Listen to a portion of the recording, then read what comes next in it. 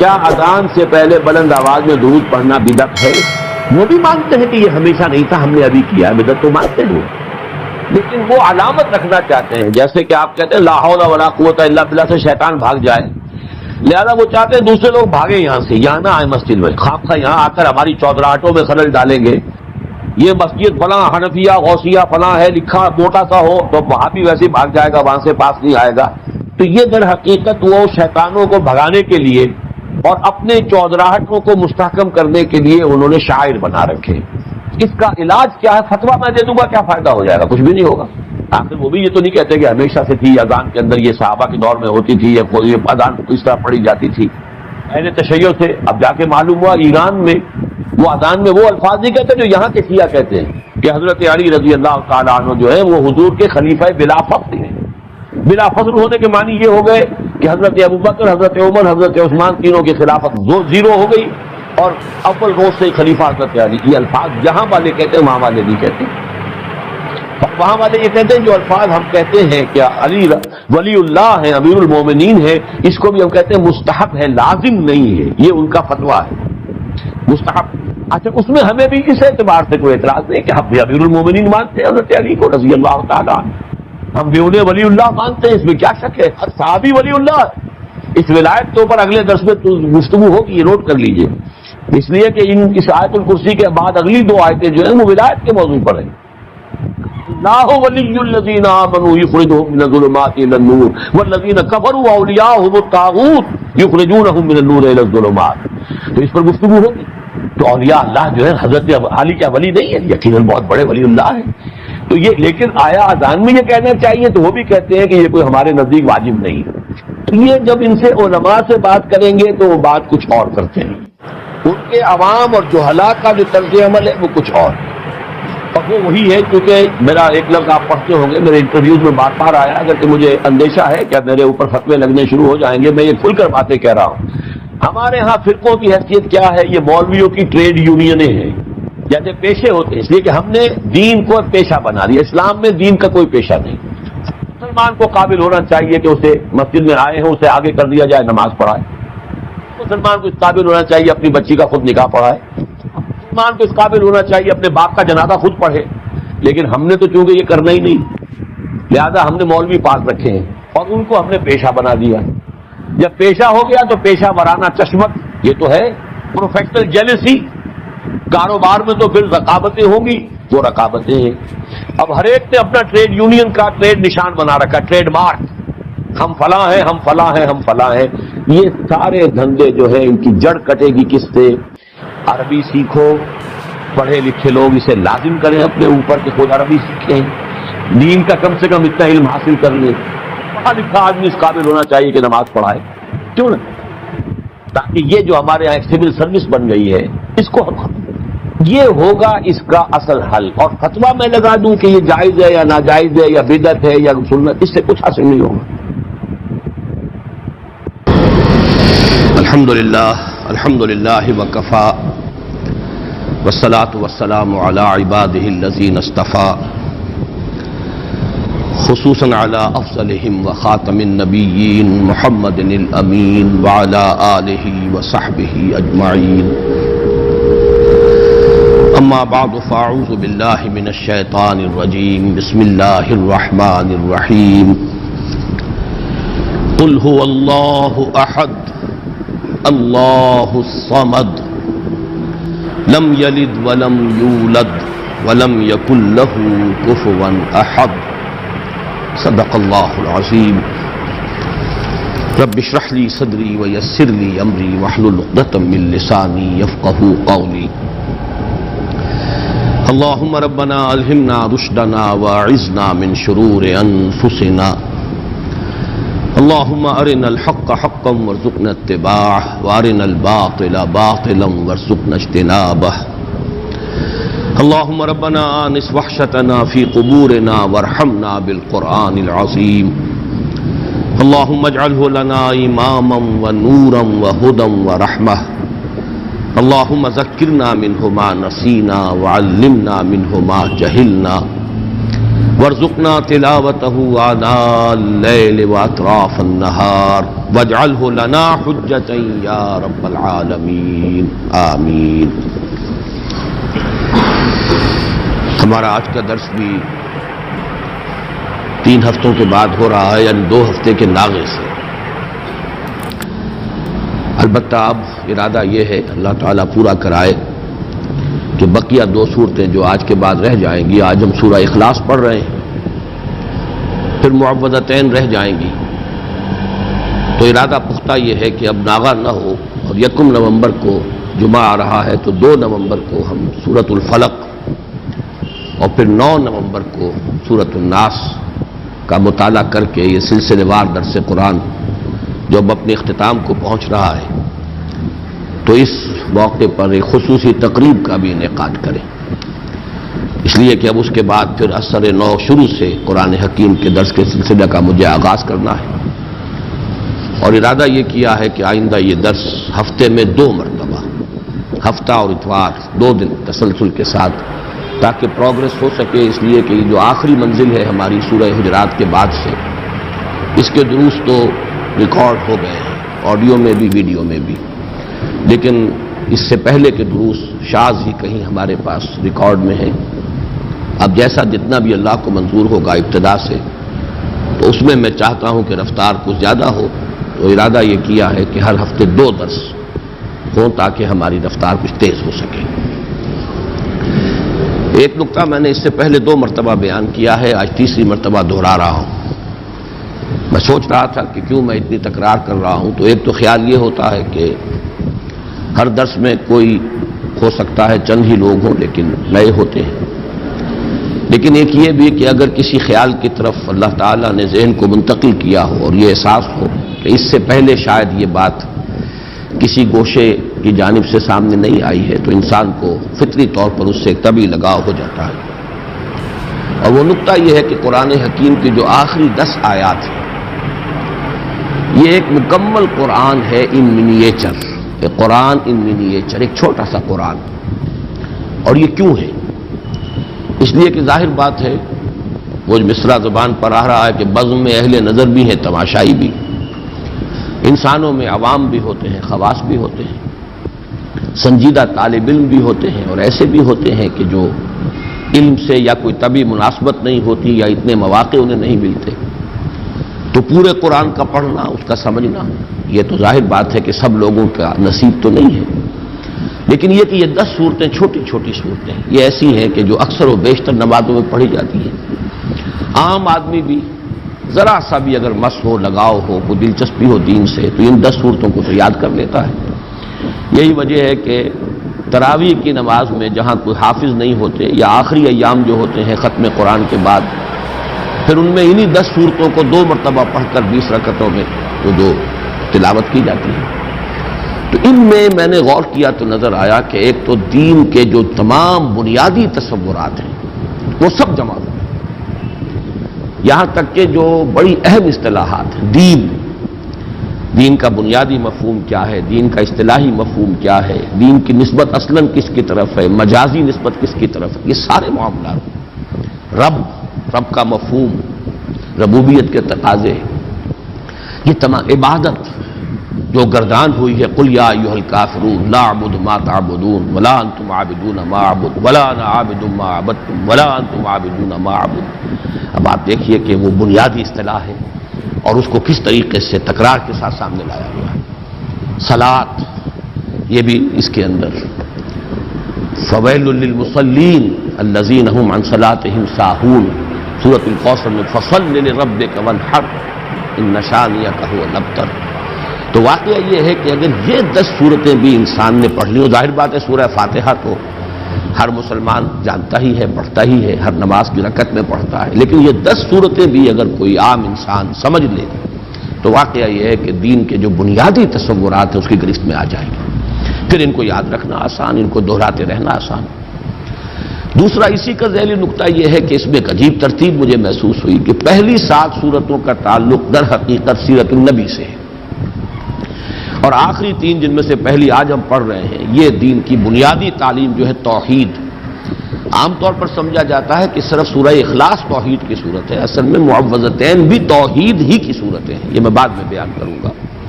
اس لیے کہ در حقیقت سورہ اخلاص کی جو دوسری آیت ہے، اللہ الصمد، اللہ ہی وہ ذات ہے جس کی پناہ طلب کی جا سکتی ہے، جس کے طرف رجوع کیا جا سکتا ہے، جس کی پشت پناہی جو ہے چاہی جا سکتی ہے۔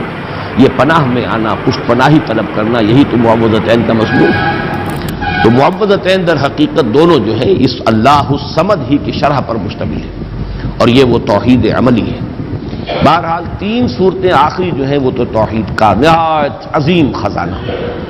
پہلی 7 صورتوں میں ایک عجیب حسن ترتیب کے ساتھ سیرت کے مضامین۔ کسی بھی انسانی شخصیت کی سیرت لکھی جائے، اس کی لائف بایوگرافی لکھی جائے، پہلی بات یہ ہوگی کب ولادت ہوئی، کہاں ولادت ہوئی۔ سورۃ الفیل کیا ہے؟ عام الفیل میں ولادت ہوئی ہے، اور وہ اصحاب الفیل کون تھے جو خانہ کعبہ کو ڈھانے کے لیے ارادے سے آئے تھے، مکہ مکرمہ میں ہے۔ تو گویا کہ یہ حضور صلی اللہ علیہ وسلم کی ولادت کے ساتھ منسلک ہے سورۃ الفیل۔ پھر یہ کس قوم سے تھے، کس قبیلے سے تھے، کیا آپ کا خاندان کا حسب نسب کیا ہے۔ سورۃ القریش کیا ہے؟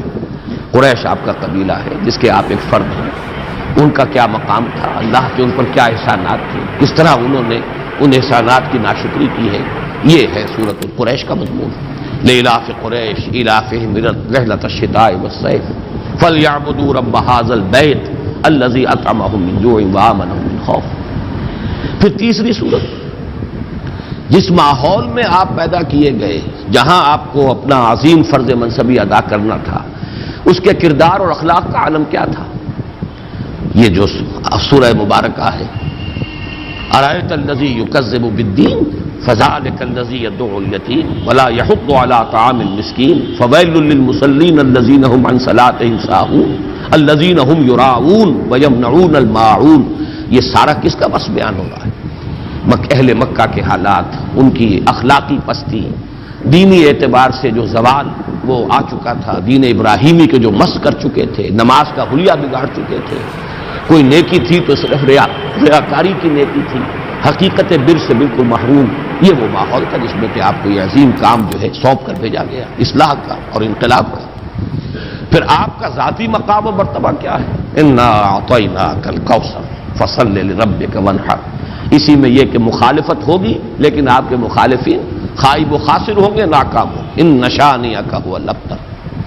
قل یا ایھا الکافرون کیا ہے؟ جب یہ مخالفت اور یہ تصادم، کشاکش حق و باطل کی اپنی انتہا کو پہنچ کر پھر ذرا نرمی پر آئی ہے اور مصالحت کی باتیں شروع ہوئی ہیں، تو یہ اعلان برات، قل یا ایھا الکافرون لا اعبد ما تعبدون ولا انتم عابدون ما اعبد۔ یوں سمجھیے کہ پورا مکی دور اس میں آ گیا۔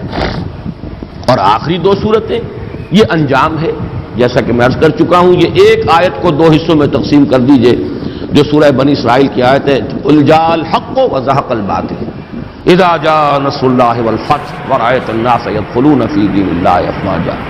اس میں حضور صلی اللہ علیہ وسلم کی حیات طیبہ کے آخری دور کا نشان ہے، اور یہ کہ جو آپ کے سب سے کٹر دشمن تھے، سب سے زیادہ معاند ابو لہب اور اس کی بیوی، عورتوں میں سر فہرست ام جمیل، اور مردوں میں سب سے زیادہ جس کے لیے میں نے وہ بڑے ثقیل الفاظ بھی آپ کو سنائے تھے، جو کہ یوں سمجھیے کہ نکما ترین انسان جو ہو سکتا ہے، پست ترین اخلاق کا اور سخت ترین مخالف اور قریب ترین عزیز، یہ سارے ترین جمع کیجئے تو وہ ایک شخص بنتا ہے ابو لہب، لیکن اس کے ہاتھ ٹوٹ گئے، وہ برباد ہو گیا، وہ تباہ ہو گیا۔ یہ در حقیقت ان چاروں کو جمع کیا جائے، یہ جو دونوں میں نے آپ کو صورتیں بیان کی ہیں، تو یہ ہے در حقیقت نبی اکرم صلی اللہ علیہ وسلم کے مشن کا وہ آخری وقت کہ آپ کا وہ مشن مکمل ہو۔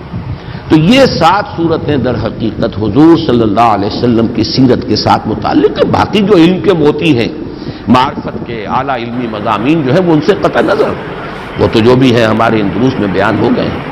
پھر آخری 3 صورتیں جو ہیں، یہ ہے در حقیقت دین کی اصل تعلیم، لب لباب، دین توحید ہے اسلام۔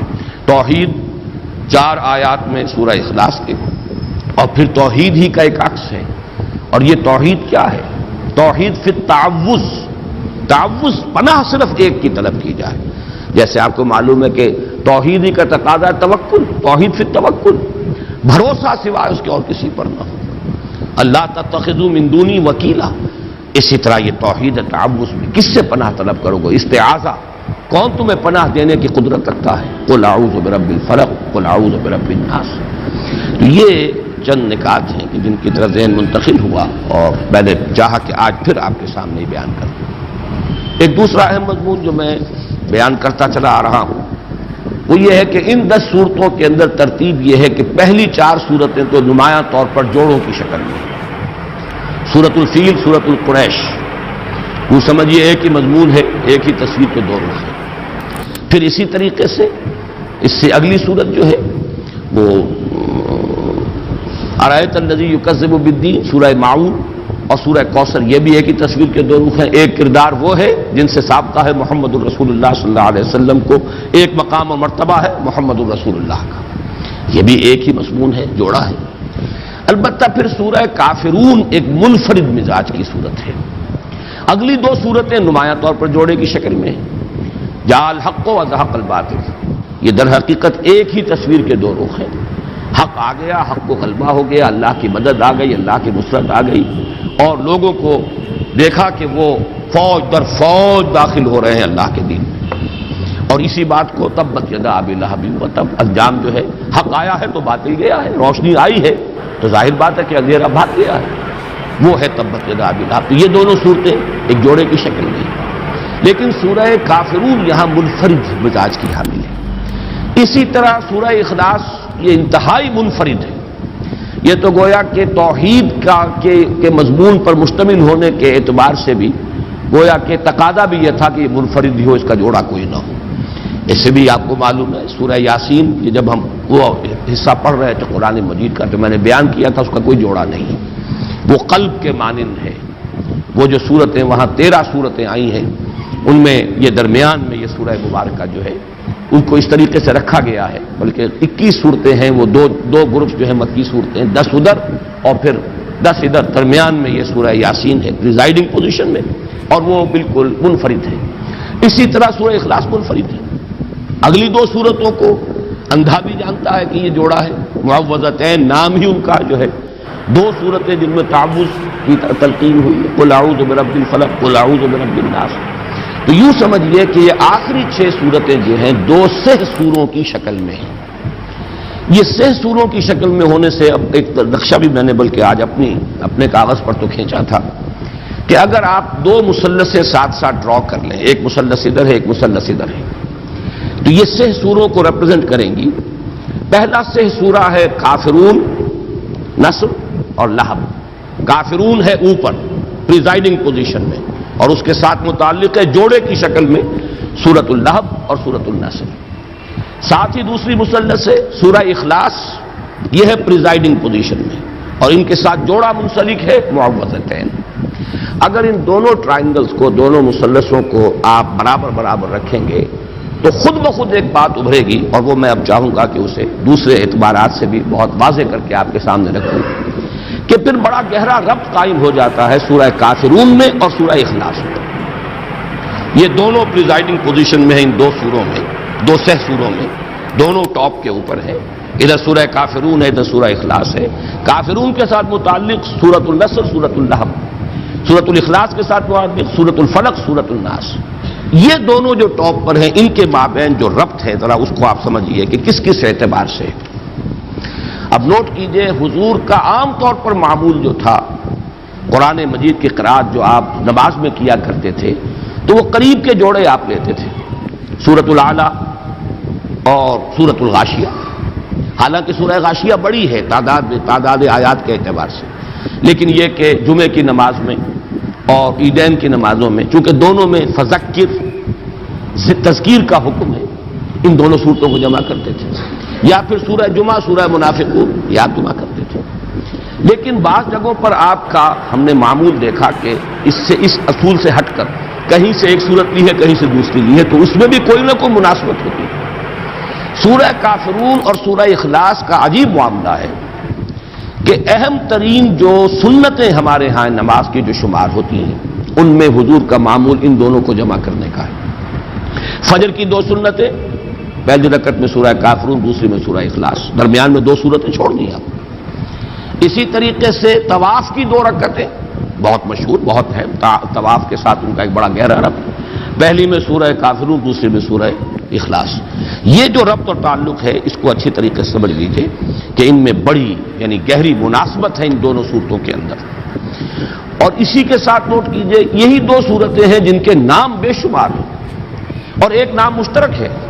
سورہ کافرون کے بارے میں یہ بات میں اس وقت بتانا بھول گیا کہ اس کا نام سورۃ الاخلاص بھی ہے.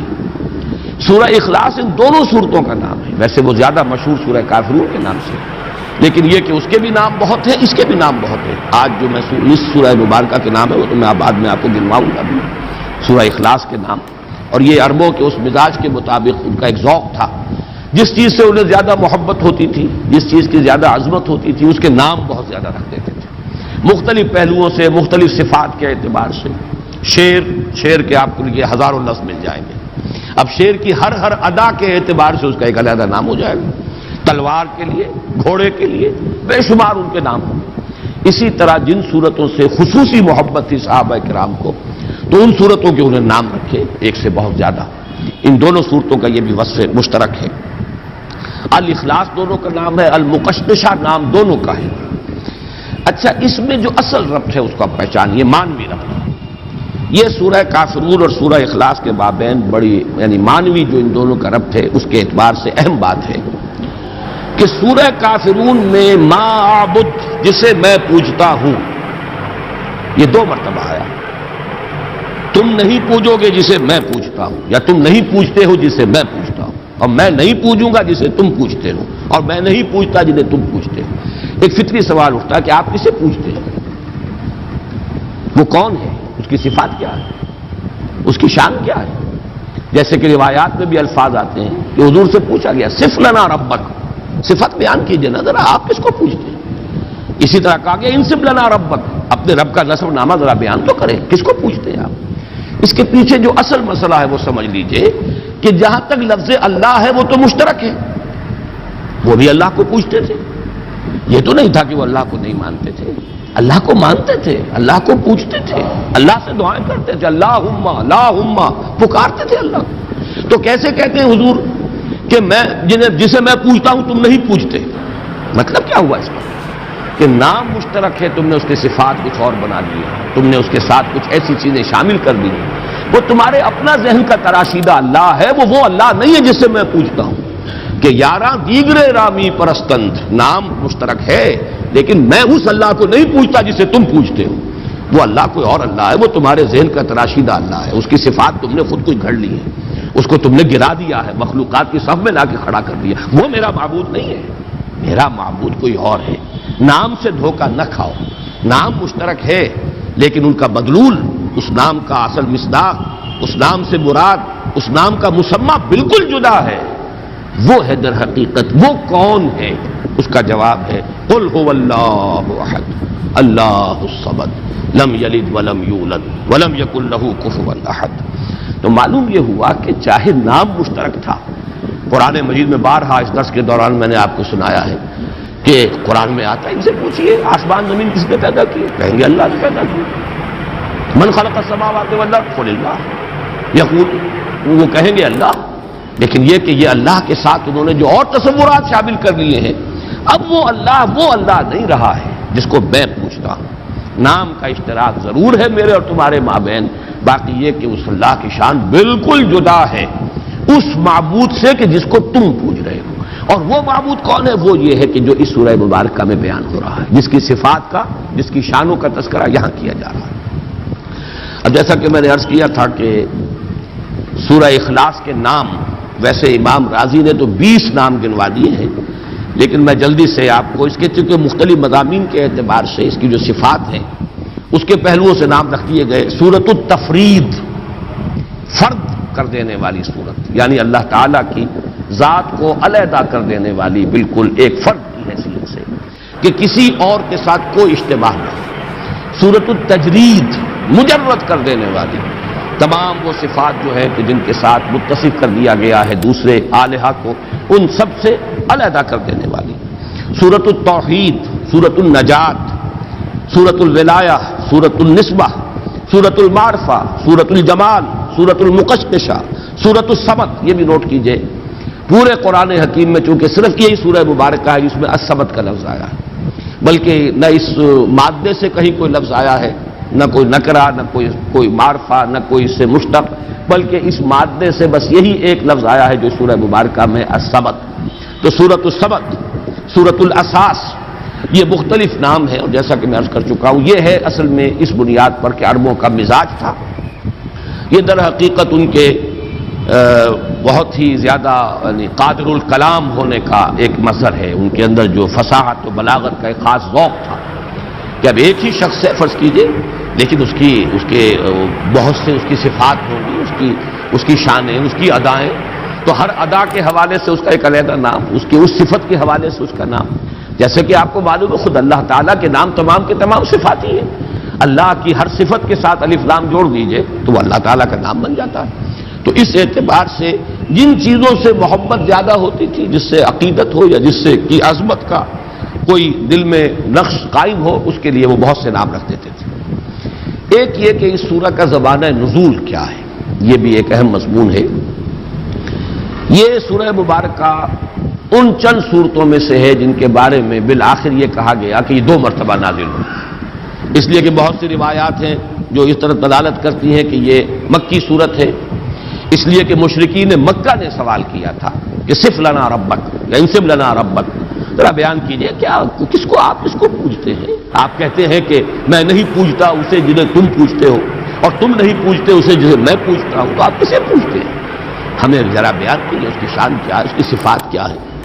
تو اس اعتبار سے مکے میں ہی یہ سورہ مبارکہ نازل ہوئی، بہت سی اس کی جو ہے وہ روایات موجود ہیں۔ بعض روایات یہ کہ یہود نے سوال کیا تھا کہ آپ اللہ کی توحید کا اور اللہ کو پر ایمان لانے کی جو دعوت دے رہے ہیں تو کیا صفات ہے اس کی، تو یہ سورہ مبارکہ نازل ہوئی۔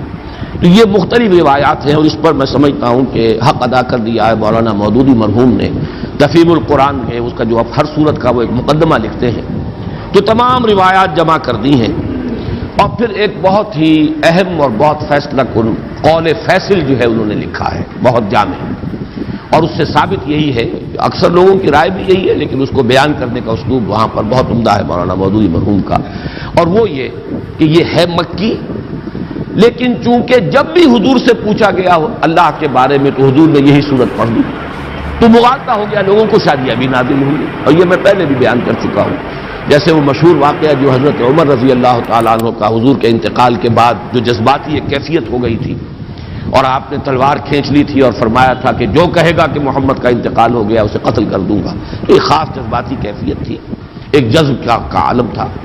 تو اس وقت حضرت ابو بکر رضی اللہ تعالیٰ عنہ نے جب کھڑے ہو کر خطبہ دیا ہے، من کان یعبد محمدا فإن محمدا قد مات ومن کان یعبد اللہ فإن اللہ حی لا یموت، اور پھر آیت پڑھی وما محمد الا رسول قد خلت من قبلہ الرسل افإن مات او قتل انقلبتم علی اعقابکم۔ تو حضرت عمر اپنا یہ تاثر بیان کرتے ہیں کہ مجھے محسوس ہوا جیسے یہ آیت مبارکہ ابھی نازل ہوئی۔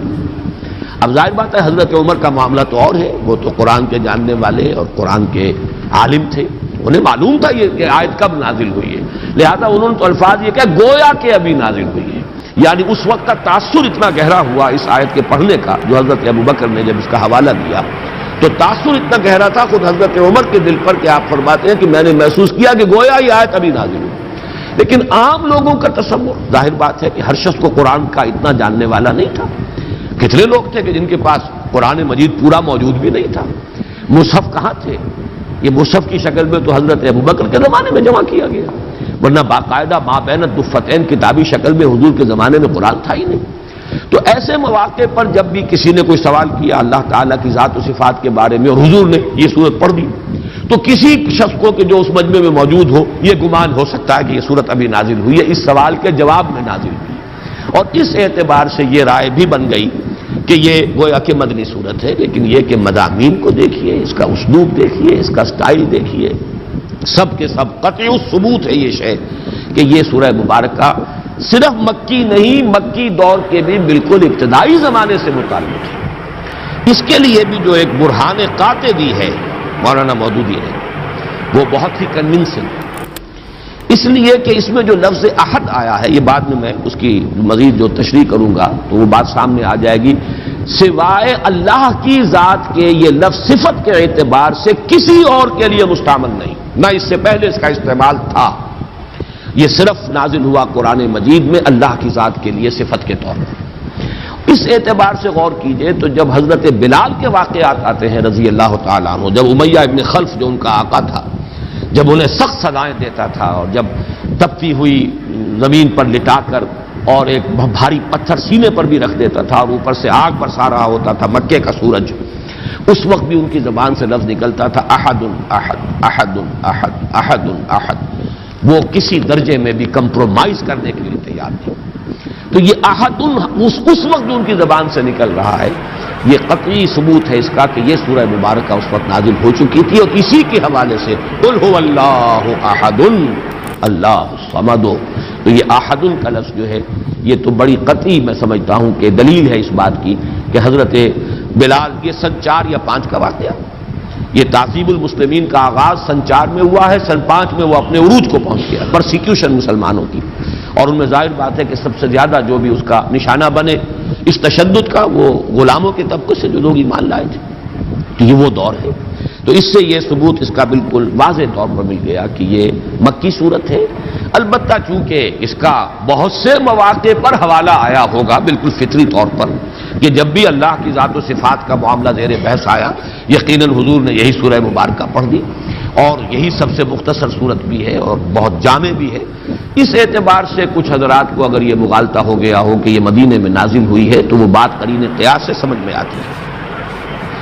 ایک اور موضوع میں چاہتا ہوں وہ بھی آپ کے سامنے واضح ہو جائے، پہلے بھی میں نے کہا لفظ استعمال کیے، جس چیز سے عربوں کو خاص محبت ہو جاتی تھی اس کے نام بہت سے رکھتے تھے، اس سورہ مبارکہ سے صحابہ کرام کو جس درجے شغف تھا، جتنی محبت تھی، اس کے ضمن میں کچھ واقعات بیان ہوئے۔ ایک روایت کے جو بخاری اور مسلم دونوں میں ہے اور اس کی راویہ ہیں حضرت عائشہ صدیقہ رضی اللہ تعالی عنہا، اس میں واقعہ بیان ہوا ہے کہ حضور نے کوئی دستہ بھیجا کسی مہم پر، اور ایک اس کے سردار ظاہر بات ہے امیر تھے، امیر الجیش، اب جہاں بھی نماز پڑھی جاتی تھی تو وہی امیر امام بھی ہوتے تھے، تو وہ ہر رکعت میں چاہے اور قرآن مجید کا کوئی حصہ پڑھے لیکن آخر میں قل هو اللہ احد ضرور پڑھتے تھے۔ کچھ لوگوں نے منع کیا یہ آپ کیوں کرتے ہیں، یا تو پھر قل هو اللہ احد ہی پڑھیے، یا یہ کہ جب آپ نے کچھ اور آیتیں پڑھ لی ہیں تو جو تقاضا ہے نماز کی ہر رکعت میں قرآن مجید کے پڑھنے کا وہ پورا ہو گیا، تو ہر رکعت میں آپ کیوں یہ سورہ اخلاص بھی تلاوت کرتے ہیں؟ تو انہوں نے کہا بھائی مجھے اس سے بڑی محبت ہے اور میں نہیں پڑھ سکتا قرآن